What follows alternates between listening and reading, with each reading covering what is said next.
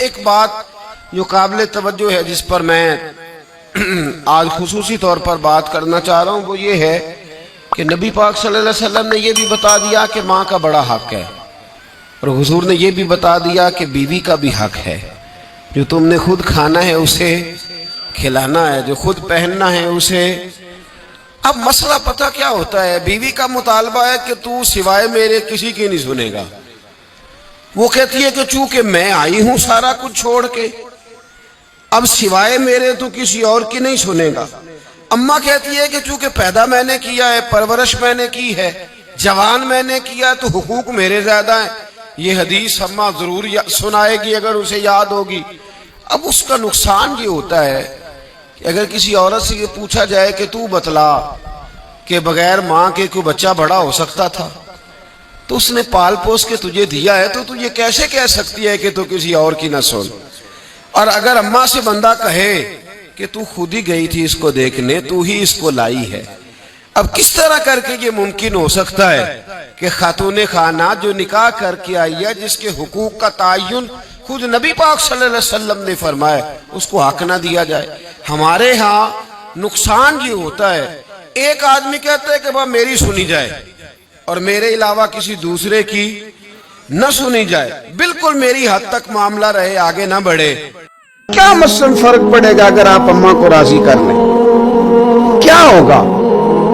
ماں بیچاری کی ساری زندگی پردے ڈالتے بیت گئی۔ ابا نے آ کے پوچھا کہاں گیا وہ کہتی ادھر ہی تھا، مجھے بتا کے کہ ابھی آ جائے گا، وہ مجھے کہہ گیا تھا کہ میں نہیں ادھر ہی تھا، کچھ بھی نہیں، ایسی کوئی بات ہی نہیں۔ ساری زندگی پردے ڈالتے بیت گئی۔ ابا کئی دفعہ گھر میں لڑائی کی، بیٹے کو مارا، اماں نے آگے بڑھ کے پتر کے حصے کی مار بھی کھائی، لیکن اسی بیٹے کی شادی کر دی تو اماں کو پتا چلا کہ اوہو میں تو سمجھدار ہی نہیں تھی،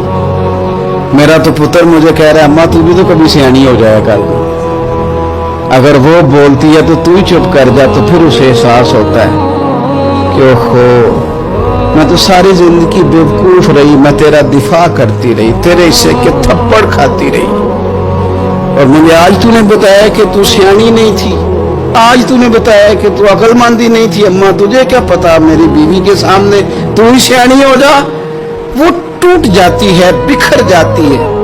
وہ کبھی پلٹ کے دیکھتی ہے تو اسے بڑے سارے زخم تازے ہو کے دکھائی دیتے ہیں، وہ یار میں ہی سیانی نہیں تھی۔ میرے رسول پاک صلی اللہ تعالی علیہ وآلہ وسلم کی خدمت عالی مرتبت میں جب ایک شخص نے عرض کی کہ حضور مجھ سے بڑا گناہ ہو گیا ہے تو میں کیا کروں، تو نبی پاک نے فرمایا جا کے اپنی اماں کی نوکری کر۔ ایک کوئی ایسا گناہ اس صحابی سے ہو گیا تھا جو دور جاہلیت کا تھا، شارحین نے لکھا ہے، اب وہ جن کے حقوق ضائع کیے تھے وہ مل نہیں رہے تھے یا وہ دنیا سے جا چکے تھے، تو اس نے حل پوچھا کہ حضور اب کیا کروں، تو نبی پاک علیہ السلام نے فرمایا جا اپنی اماں کی نوکری کر، اللہ تیرے گناہ معاف کر دے گا۔ اس صحابی نے فوراً کہا حضور میری تو اماں پردہ کر گئی، میری اماں تو وصال کر گئی، تو حضور نے ایک نیا حق بیان فرمایا، محبوب نے فرمایا جا کے خالہ کی نوکری کر، اللہ تیرے گناہوں کو معاف فرما دے گا، اور فرمایا خالہ بھی مثل ماں کے ہوتی ہے، خالہ بھی مثل، تو جا کے تو حضور علیہ السلام نے تو خالہ کا حق بیان کر دیا، نبی پاک نے تو تعین کر دیا کہ تو نے نوکری کرنی ہے۔ اب اگر بیگم صاحبہ کو اعتراض ہو کہ تو خالہ کے گھر کیا لینے گیا تھا، تو ادھر کیوں گیا تھا، تو یہ اس کا اعتراض اس لیے درست نہیں ہے کہ اس حق کو رسول پاک نے بیان فرما دیا ہے، نبی پاک صلی اللہ علیہ وسلم نے اس کا ذکر فرما دیا۔ میرے رسول پاک سید عالم صلی اللہ علیہ وسلم نے خود ارشاد فرمایا، ترمذی شریف کی حدیث ہے، نبی پاک کے نہ کسی چچا پر کسی نے اعتراض کیا، توجہ ہے میری بات پر؟ اب یہاں وضاحت نہیں ہے کہ وہ مسلمانوں میں سے تھے یا غیر مسلموں سے تھے، لیکن کسی نے حضور کے کسی چچا پر،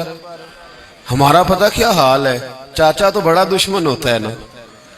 تو اس پر تو اعتراض کرے تو ٹھنڈ پڑتی ہے معاذ اللہ، لوگ کہتے ہیں فٹافٹ کر دو جملے اور کہہ دے، چاچا تو شریک ہوتا ہے، روز ابا بتاتا ہے، اماں روز تبصرہ کرتی ہے کہ بڑا ظالم ہے۔ حضور کے چچا پر کسی نے اعتراض کیا، یہ ترمذی ہے، نبی پاک صلی اللہ علیہ وسلم نے فرمایا خبردار، اگر کسی نے میرے چچا کے بارے میں مجھے اذیت دی تو اس نے مجھے اذیت دی. اور فرمایا تمہیں پتا نہیں چچا تو اس طرح ہوتا ہے جس طرح باپ ہوتا ہے، اس طرح ہوتا ہے جس طرح. اب چچا کے حق کا تعین کس نے کر دیا؟ نبی پاک صلی اللہ علیہ وسلم نے. اب اگر کوئی شخص اس پر یہ شکوہ کرے کہ یہ تو ایک اور حق آ گیا تو کدھر جائیں گے، تو نبی پاک نے چچاؤں کے حقوق بیان کیے، خالاؤں کے حقوق بیان کیے.